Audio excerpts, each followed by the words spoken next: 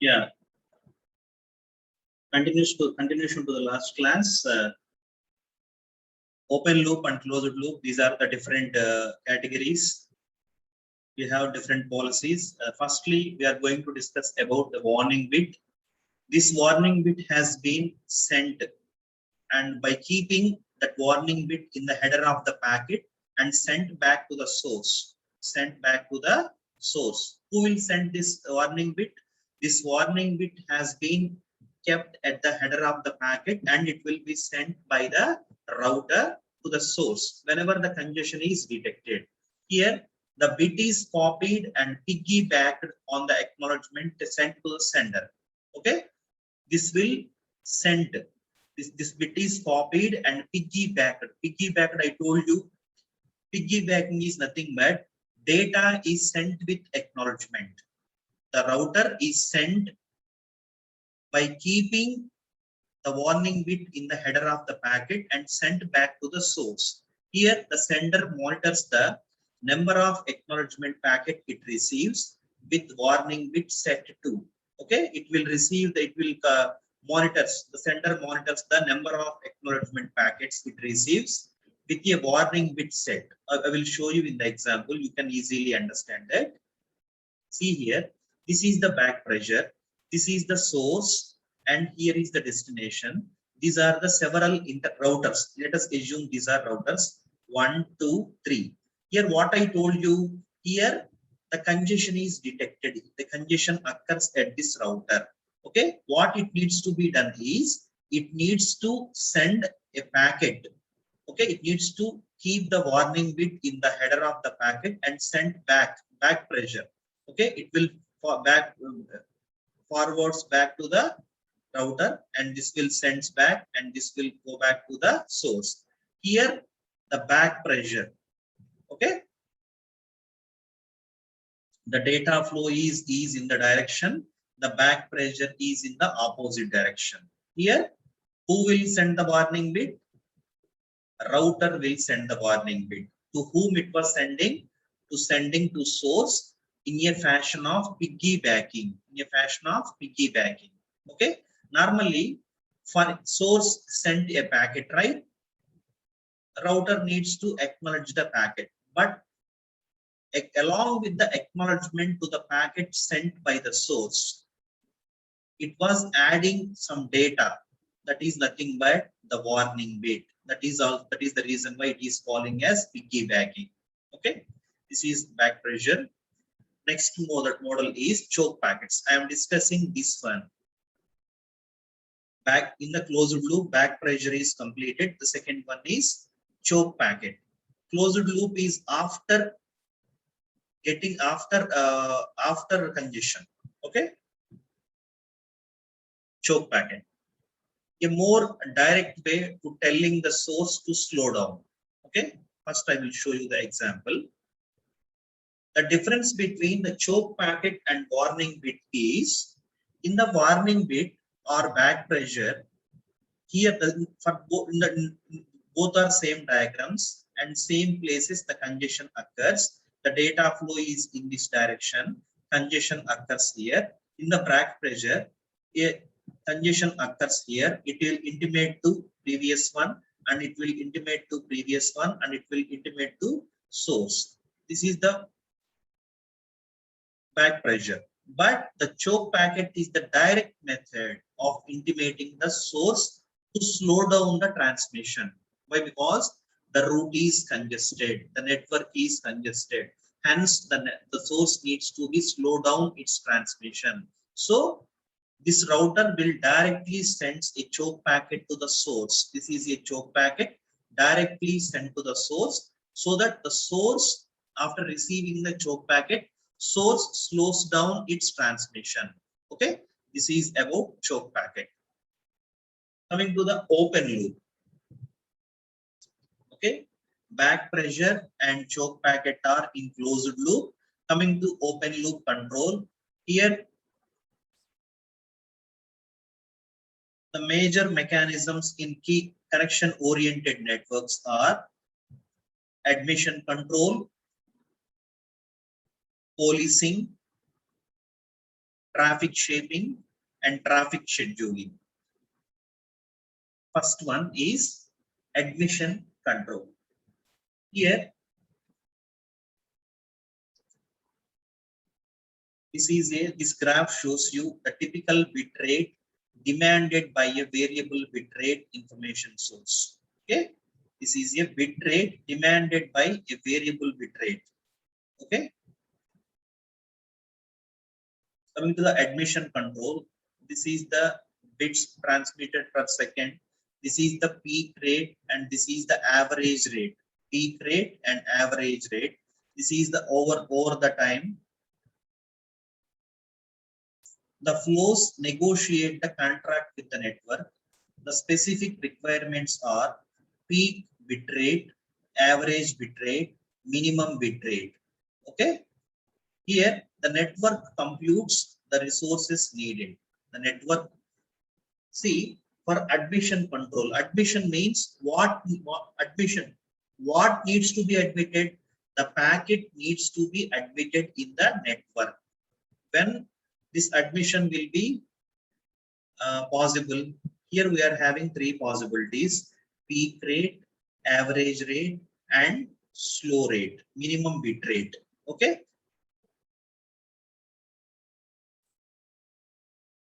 Next one, policing. Here, the network monitors the traffic. Here, these are open loop approaches. These are open loop approaches. Policing means the network monitors the traffic flows continuously to ensure they meet their traffic contract. Okay, here the network monitors the traffic flows continuously, monitoring the traffic flow. When a packet violates a contract, that means every packet is under contract. When a packet violates the contract, the network can discard or tag the packet, giving it lower priority. Lower priority, or if the packet is having lower priority, or it is discarded, and these activities done whenever the packet violates the contract. If congestion occurs, the tagged packets are discarded first. Okay, this is not related to this open loop. What they are saying is, once a network tags a packet,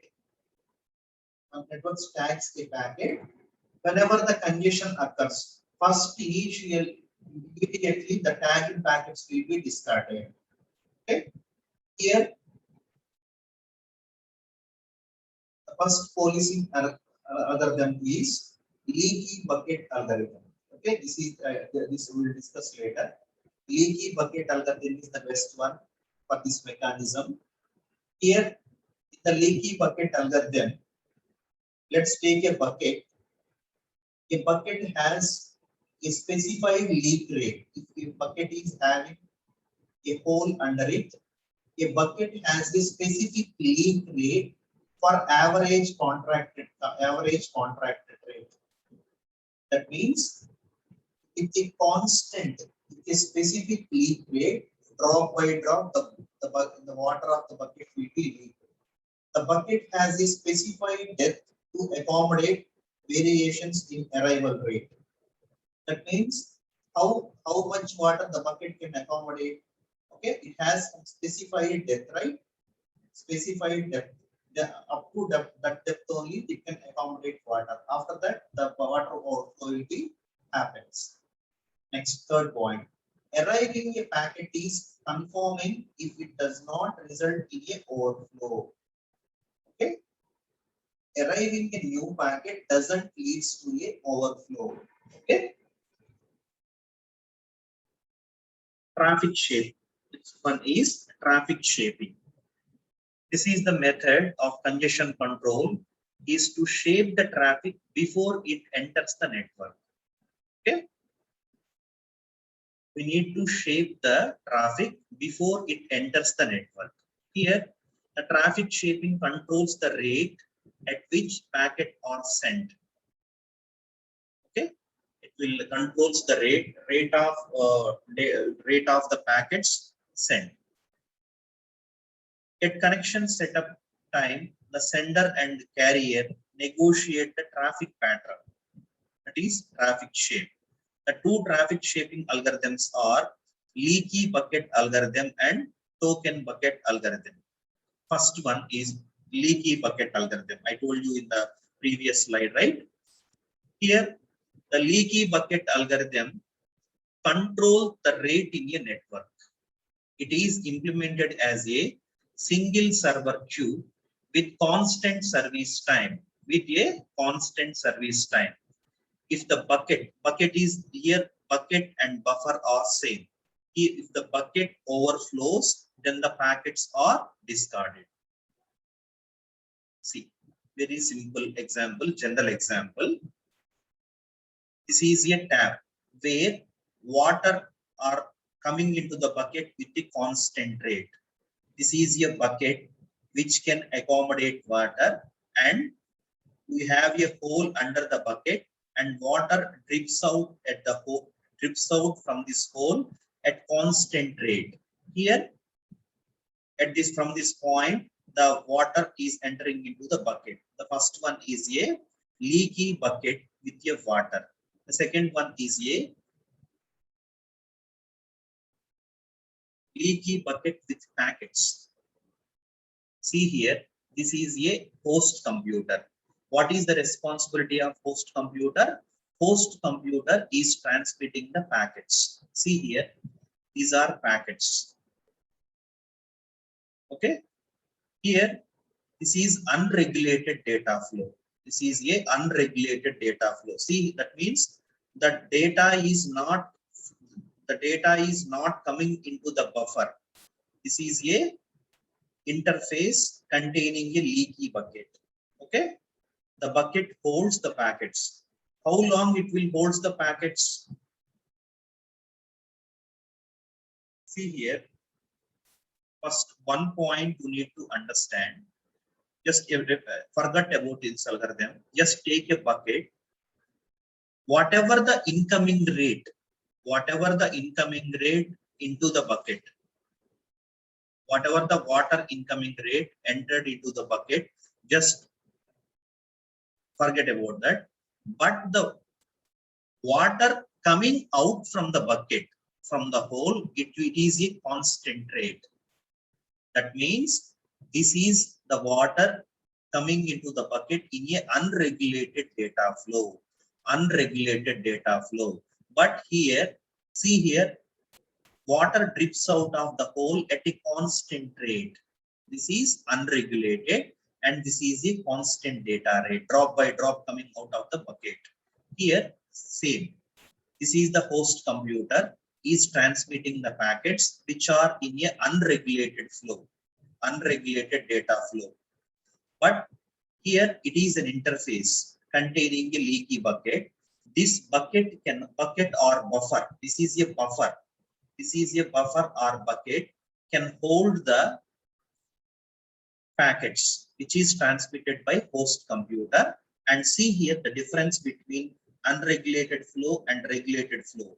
Here this bucket will hold the packets and drips out, okay, sent out in a regulated flow.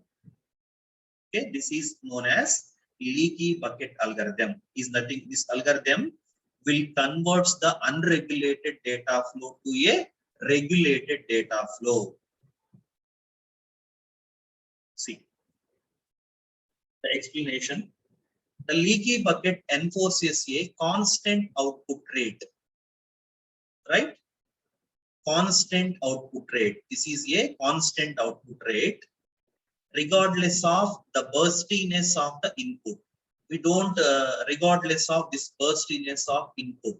Whatever the flow it comes in, but the outflow will be in a constant rate. That is the first point is meant for. Second point, the host injects one packet per clock tick onto the network. The results in a uniform flow of packets, smoothing out bursts and reducing the congestion. Here, a host machine injects one packet per a tick clock tick, one packet for a clock, for every clock tick, if it injects one packet into the network, that will uniform flow. That is said to be a uniform flow of packets, and it will smoothing out the burst and reducing the congestion. Okay. See here, when packets are same size, the one packet for one tick is okay. For every clock tick, one packet is okay for one clock tick. For variable length packets, the packets are in variable length. It is to better to allow a fixed number of bytes per tick. If it is a fixed size packet, for one clock tick, one packet. If it is a variable length packets, better we allow a fixed number of bytes per clock tick. See here, example, 1024 bytes per tick will allow one 1024 byte packet or 512 byte packets or 256 bytes packets or per one tick. We can choose.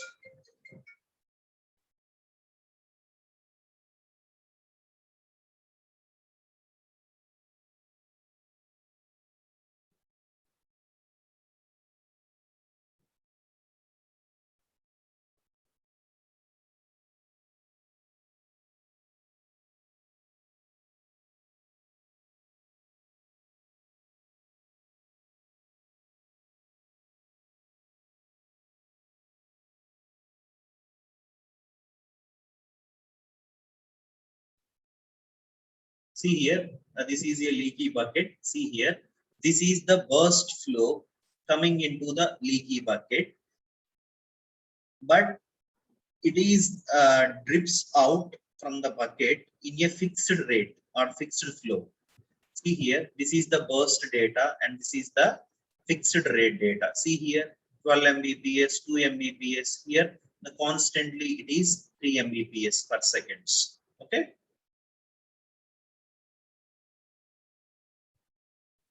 Next one, leaky bucket algorithm is implementation flowchart. Arrival, if the bucket is full, what if the bucket is full, what happens? The water will be overflow. Otherwise, it enters into the queue. Okay. Remove packets at a constant rate. Okay. It out from the queue in a constant rate. After that, the processor and departure. This is the leaky bucket algorithm implementation flowchart. Okay. Here, the main note of this leaky bucket algorithm is it shapes, traffic shaping has been done, right? Traffic shaping is nothing but unregulated. Remember one point, unregulated data flow is converted to regulated data flow. Okay. Leaky bucket algorithm shapes bursty traffic into a fixed rate traffic by averaging the data rate. It may drop packets if the bucket is full. If the bucket is full, it may lost packets. Okay. Next one. Next algorithm is token bucket algorithm. Here, the token bucket algorithm allows bursty traffic at a bursty traffic at a regulated maximum rate. See here.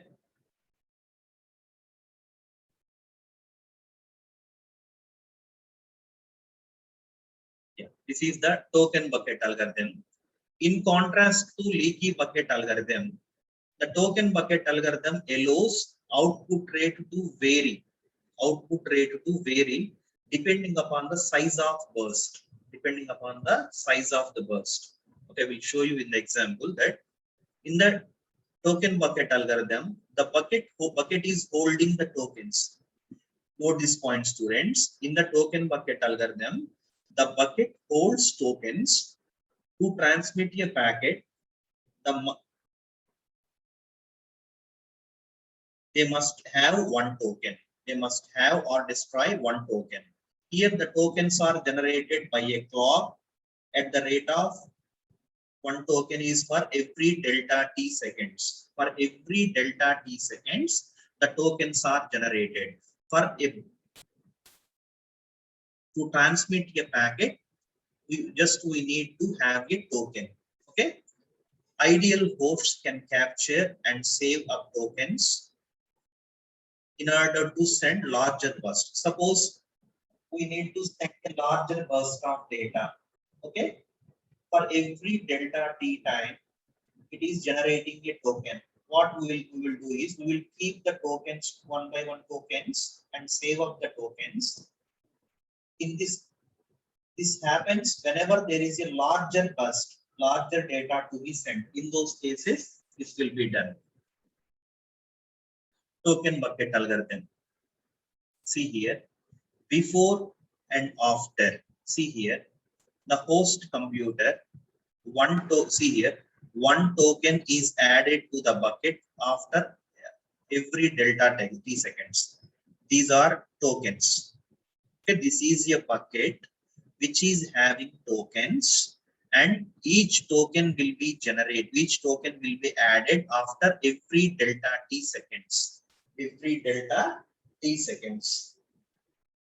See here, the host computer is transmitting the packets, and see here,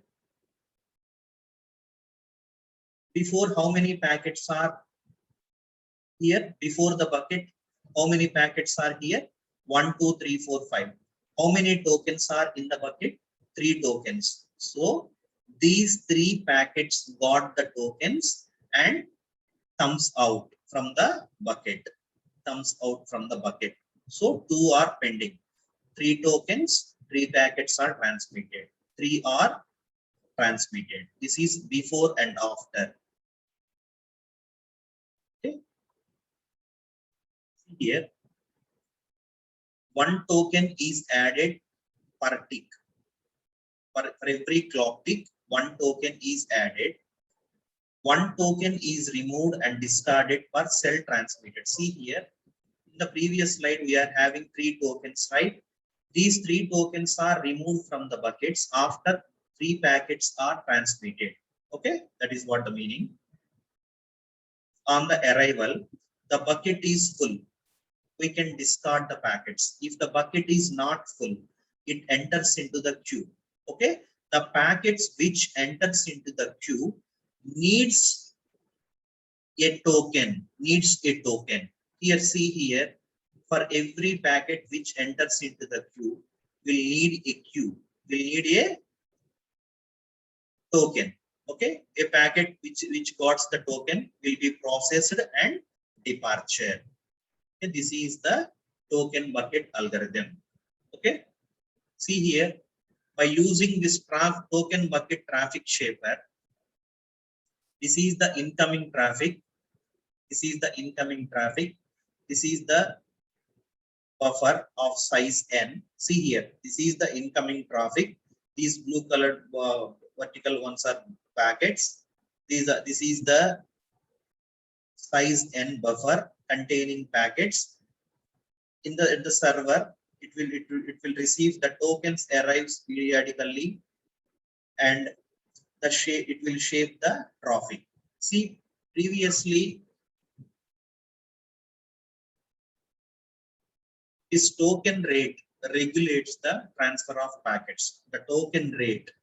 Why? Because for every token we need to have wait for a clock tick.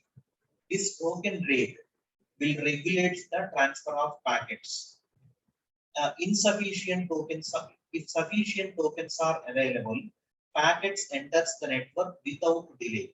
If a packet is getting a token, it will enter into the network without any delay. Okay, here K determines, but K is nothing but the size of the buffer containing the tokens. K determines how much burstiness